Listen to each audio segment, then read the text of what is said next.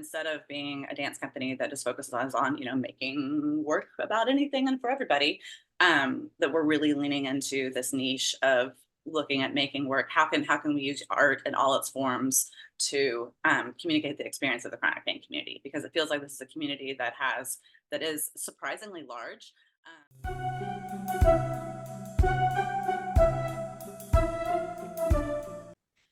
Hello, welcome to Music City Review, and we're here with Rebekah Hampton Barger, the founder and artistic director of Fall, an aerial and contemporary ballet company.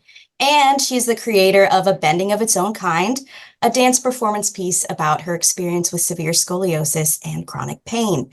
Fall has just partnered with Chatterbird on a new expansion of this project called Aspiration, which premieres on May 19th. Welcome. Thank you so much for joining me and to answer some questions about this project. And I'm going to jump right in, and I'd love to know about the founding of Fall and how that started. Yeah, absolutely. Yeah. Well, first of all, yeah, thank you so much for having me here. And like I said, thank you so much for interest in our project. So I moved to Nashville in 2010. I lived here for a few years in the early 2000s, moved back home to Oklahoma. And while I was there, I joined an aerial dance company. I didn't have any experience in aerial dance at that time. And so that was kind of my like, oh, I usually describe it as the thing that I never knew I was always looking for.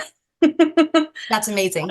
Yeah. So, and the thing is that let's see, I was 26 at that point in time, and I was really dealing with it's really some increasing pain in and really wondering how long I might be able to continue dancing at a professional level.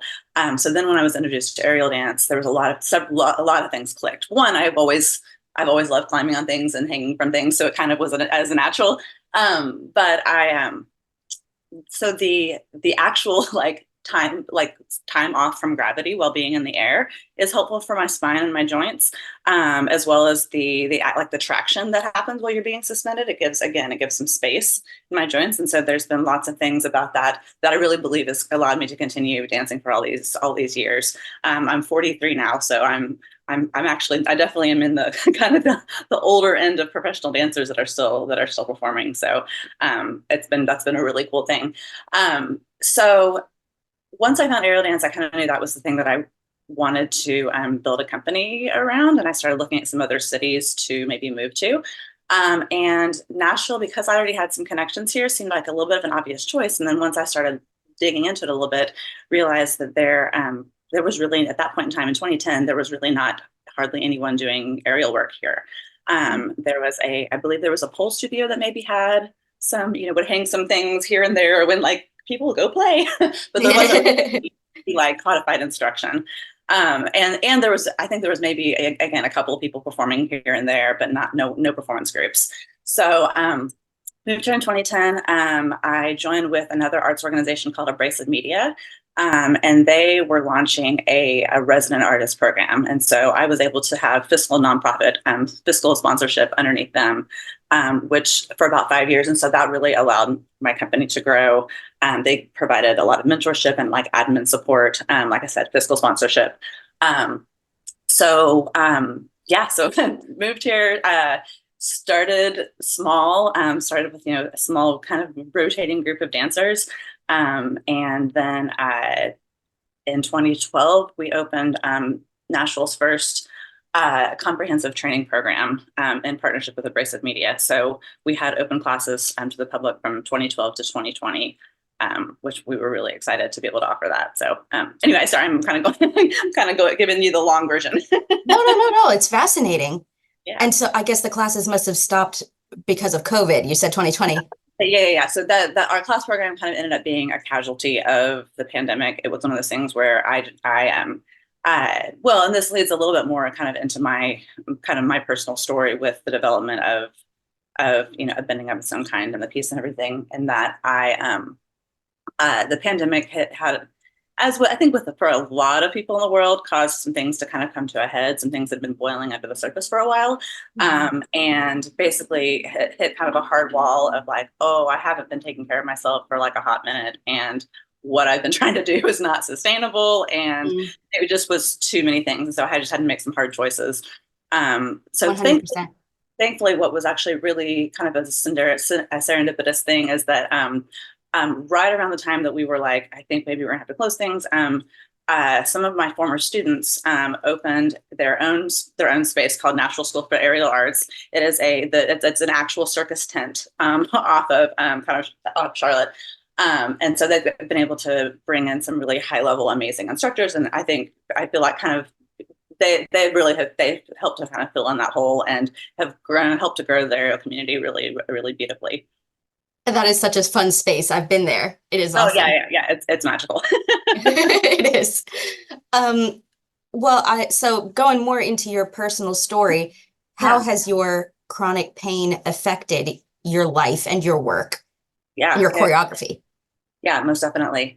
Well, I mean, it's interesting to it's interesting doing a piece kind of multiple times, multiple iterations, like several years apart, because I can look back and realize like, oh, these are the things that I could do then that I can't do now, that I didn't really even realize were.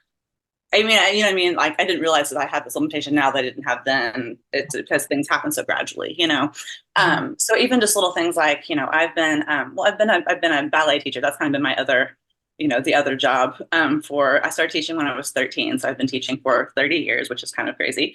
And so I've taught, four classes, six classes in a row, years and years and years, so years at a time. Taught till late in the evening for years. And within the last few years, it's gotten to where by about 4, 5, or 6 at night, my again, I get joint pain and I get really bad nerve pain, and it's like all the hours of the day of being on my just by standing, being upright. You know, your feet, yeah. It just I just noticed it like my that pain just has crept in earlier in the day. You know what I mean? Whereas I would teach until 9 o'clock at night and get home and eat dinner at 10. Now, if I subbed a class, a 6 o'clock class a few months ago, and I had to do like extra pain medicine and like extra pain patches and like, all these extra interventions. And I was like, holy crap, I used to do this all the time. Yeah. Wow.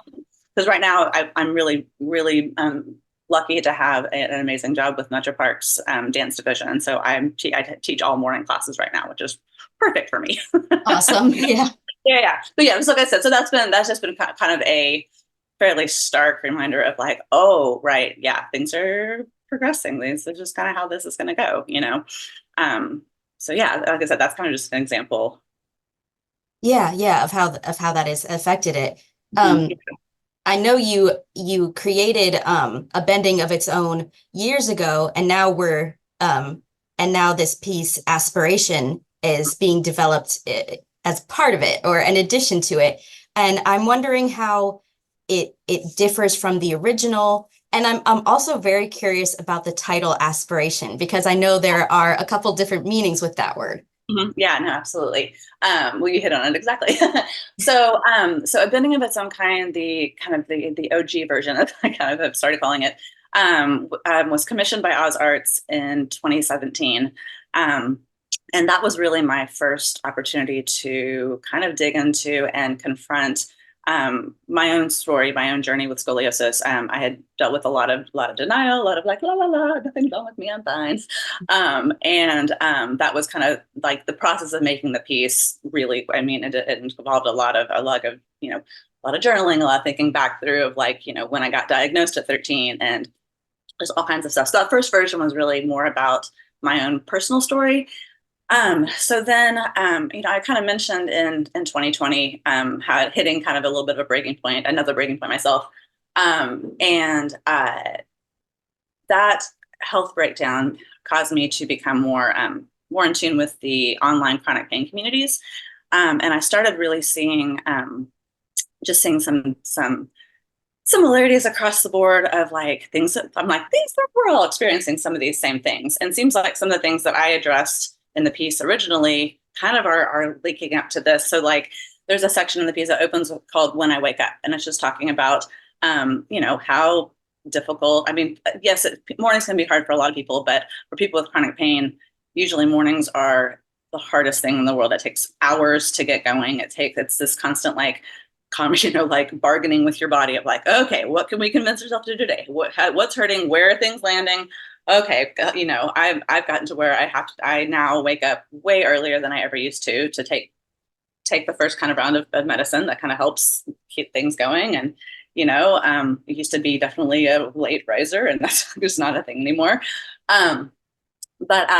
So like I said, I'm getting off a little bit, but like I said, there was several sections that kind of I seemed like I was seeing some so like there's some similarities in our experiences. And so I realized that maybe I had this vehicle that could be used to help communicate the experience of the broader chronic pain community. So instead of it just being about my story, to kind of start pulling in the stories of other people. So in 2022, I did the first kind of restaging of it. I put together a whole long list of interview questions into an online form, and posted them online and gathered, I think I gathered 19 online responses, and then I conducted 6 in-person interviews, and just asked people again, just kind of their experience with getting up in the morning. There's a section of the piece called "Have You Tried This?" which is probably fairly explanatory. There's lots of lovely, well-meaning people that have lots of sometimes very strange ideas and want to tell you all about them all the time. Like, Have you tried some probiotics? Have you tried a brisk walk? you tried to walk? Yeah, I mean, there's literally a section, and like I said, in that piece where we well, again, one of the things I gathered, one of the questions was, what's the strangest thing a well-meaning person has suggested to you, but then followed up with, what is the strangest thing you then tried? And almost everybody was like, here's this super crazy wild thing. But then it was like, well, of course I tried it. It's like, that's the flip side of that is that we are usually also kind of desperate for like, I'm sure I'll try anything as long as it's not going to be harmful. Like, yeah. So that was, like I said, so that was kind of that first restaging of that. And that process was really eye-opening and made me start the process of redirecting the focus of the entire organization of Fall. So instead of being a dance company that just focuses on making work about anything and for everybody, that we're really leaning into this niche of looking at making work. How can we use art in all its forms to communicate the experience of the chronic pain community? Because it feels like this is a community that is surprisingly large. It is. I'm gonna get my numbers mixed up. I want to say that something like, a recent poll was like 50 million Americans identify as having pain every day, often every day, sometimes, to the point that it affects daily life in certain ways or daily tasks, especially with COVID, with people that have long COVID. It's a whole new batch of people with chronic conditions that are, I hate to have more people join this club. It's a crappy club to be in. But so bring that back around to then this version of it, Aspiration. So let's see, is it Ted Chiang? There's a short story I was reading by, I believe the author is Ted Chiang. And there was just kind of a random line that was thrown in there that said, it's no coincidence that aspiration means both hope and the act of drawing breath. And I just stuck in my head and kind of stayed swirling around in there for like months and months and months. And then I just started thinking about like, so what hope and breath, what do those mean? Those seem very parallel concepts. And also, what do those mean in the face of living with a chronic illness? What does it look like to have hope when you have something that by its actual definition, by its nature, is maybe not necessarily the most hopeful thing? And so that was kind of the impetus for then again, just kind of digging into that a little bit more. It was still pretty fuzzy in my head until Celine Thaxton, the artistic director for Chatterbird, reached out to me kind of saying like, hey, we have this plan to do a collaborative concert, and we had another artist that fell through. Are you guys interested? And it was like, oh, cool. And that it's just kind of continued to evolve and grow. And like I said, it's it's just cool that this, random thought that I had is now this, it's now it's a whole thing. It has its own life now. I absolutely love the name. I love the two Okay. meanings, and I love how that connects to chronic pain.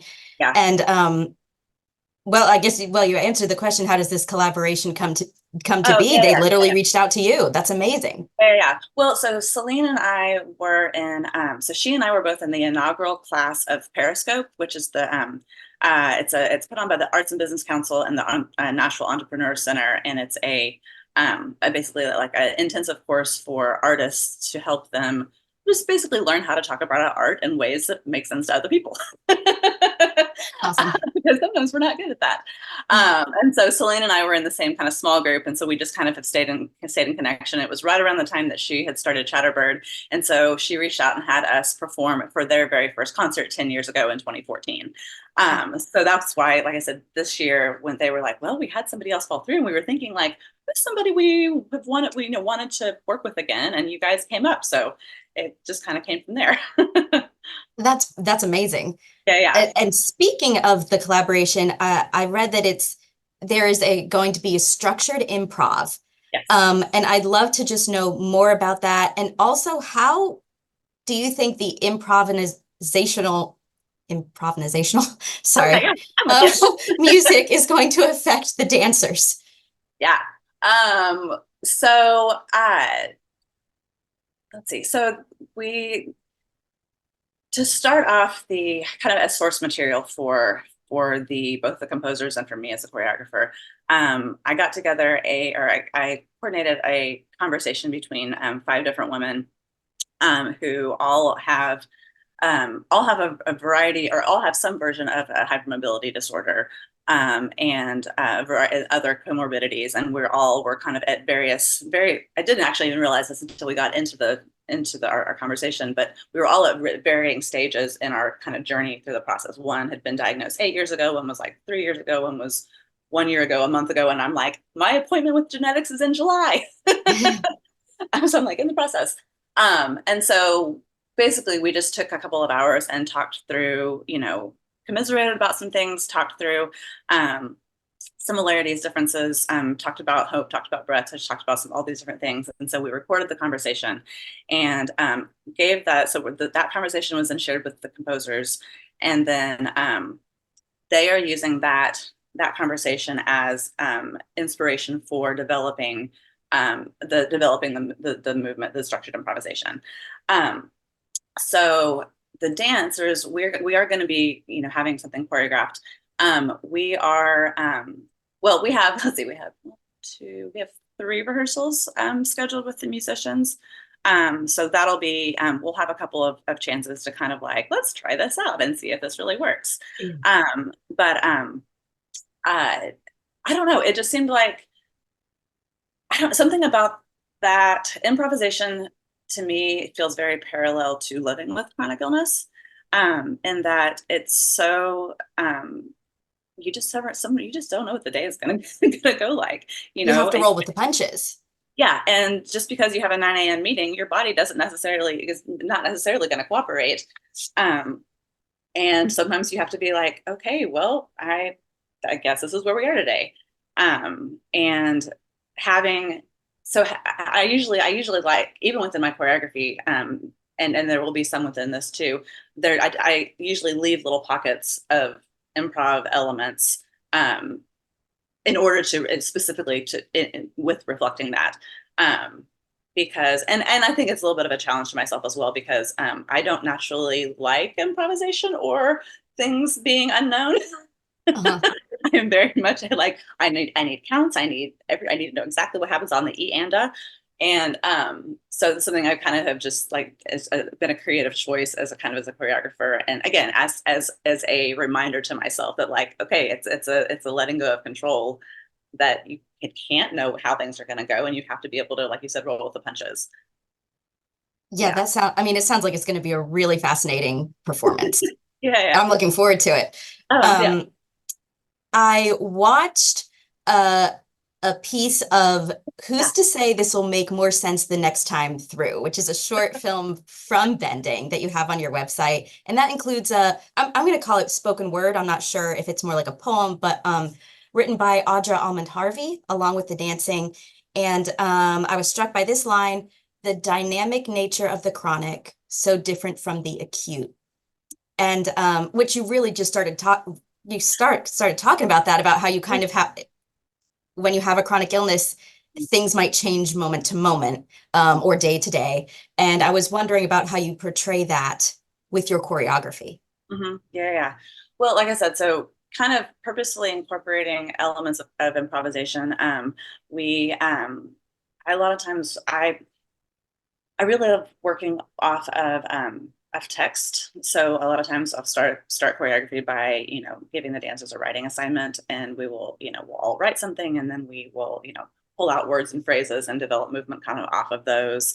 Um, so it kind of sometimes depends on specifically what, the piece that we're working on. But yeah, so like I said, within this, we've really kind of dug into, like I said, the idea of aspiration. What is, what does it mean to, like, what are these different ideas? Again, hope and breath. And uh yeah, I don't know. Yeah, I guess my biggest answer is just yeah, the elements of improvisation and kind of written elements too. That's so cool. I love the idea of writing first and using that mental creativity and then going into the physical. Um, Also in this piece, Mhm. another line. And this, when I watched this, I started crying because this is something that Yeah. I myself have experienced. We have no idea when this, sorry, we have no idea when this will end. This may be your new normal. How do you balance the despair of that moment with hope? And I love how you talk about aspiration as hope. I love that for sure. And I'd like to know how you keep up that balance. Yeah, absolutely. Um, yeah, no, I mean, I think, like you said, I think that is unfortunately, yeah, that moment is something that a lot of people can relate to. And whether it's having to do with chronic illness or not, there's a lot of things I think that touches on. Um, so like I said, in this conversation we had, we talked a lot about, like, yeah, where do we find hope in this? And one thing we landed on was knowledge. And that the more you the more you understand about your condition, about your body, about just how things work, that knowledge can be empowering, and that with that empowerment comes like a hope of, like, okay, yes, I've got this.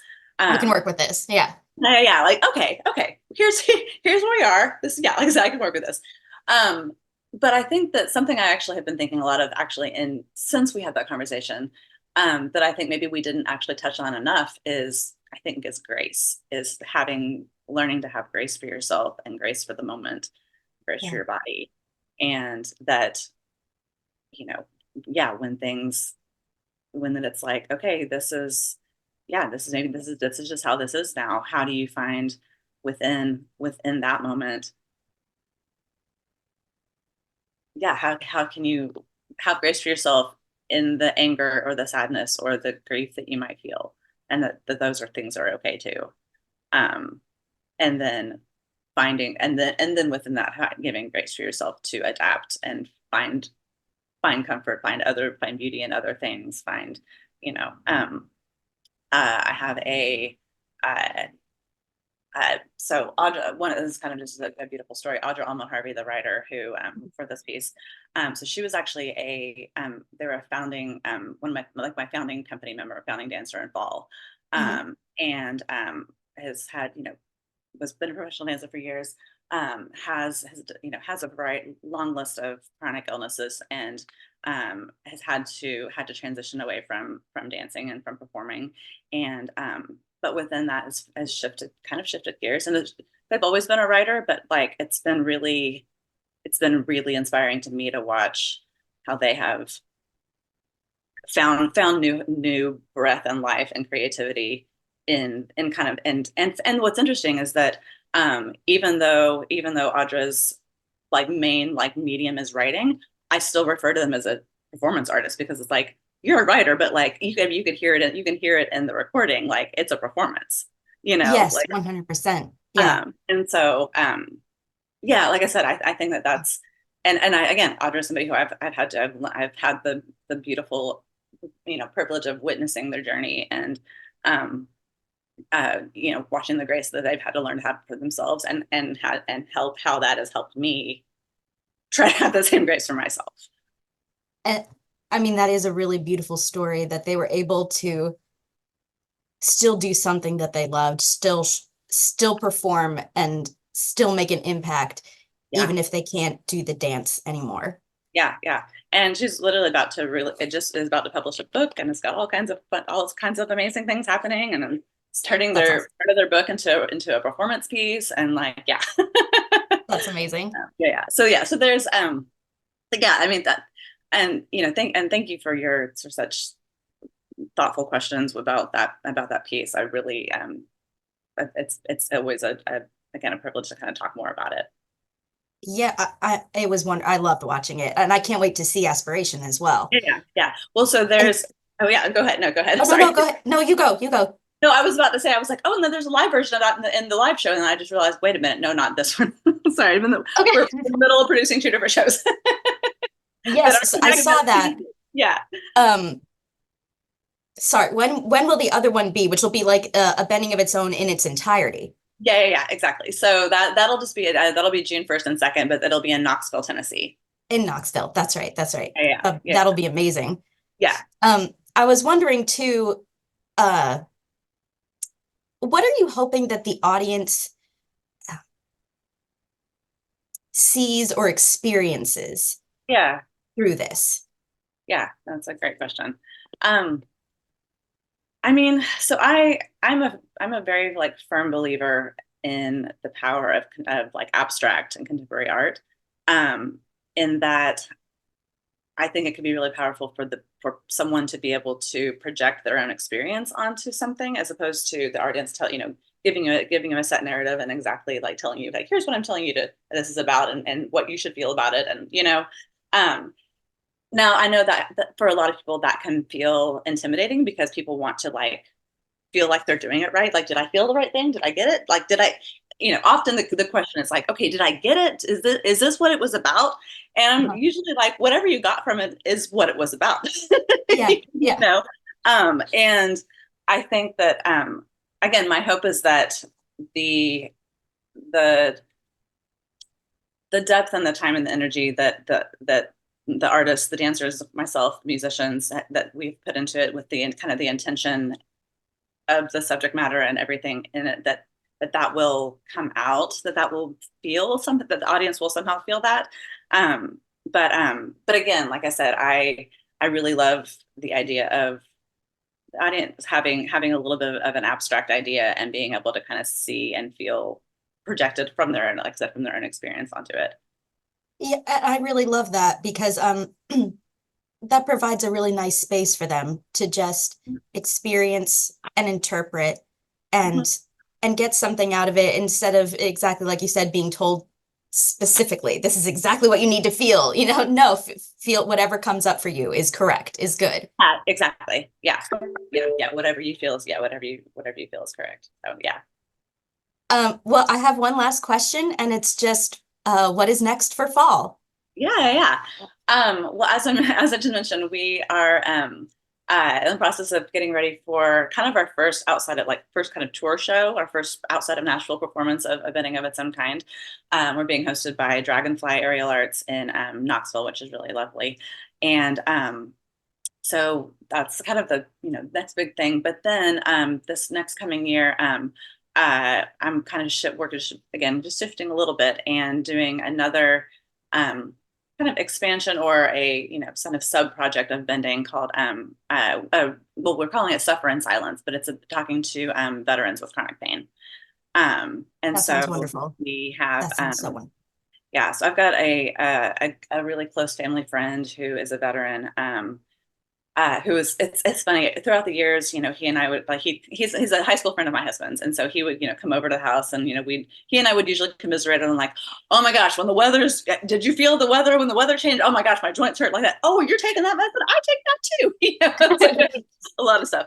And he knew I was kind of working on this, and I want to say it was almost a year ago, and he kind of was like, as like if you're looking at people who have chronic pain, like as a group, like veterans are, you got to have a pretty high percentage. And I was like, oh my gosh, it was just this like, holy crap, of course. And so we're going to be partnering. So he's a post commander for the Veterans of Foreign Wars, the VFW. So we're going to be partnering with him, as well as I have made this really lovely connection with this a dancer who's with the Belmont Dance Department, who is also a former Marine and is a member of the Belmont Student Veterans Union, Student Veterans Group. And so it's this dancer named Nicholas Hackler, and I'm going to be working with him and create a performance piece on him. I'm going to be setting it on him. That is again just about veterans with chronic pain, and so we are, just looking at more veterans or support organizations to partner with, to connect with, and then we are. That is also going to involve some creative, like therapeutic workshops that we'll be able to like take in and do for veterans groups. So I'm partnering with a licensed trauma professional and a drama therapist on that. That So sounds so yeah, amazing. yeah. So I it's can't a wait to fairly see. multi-layered project. Yeah, but I can't wait to see what comes out of that. And Yeah, I yeah, can't wait to see Aspiration. yeah. I'm Um, you. a bending of its own kind Aspiration will take place May 19th at 7:30 p.m. at Emerson Hall. And tickets are available now, and there'll be a link down below for anyone watching to go check that out.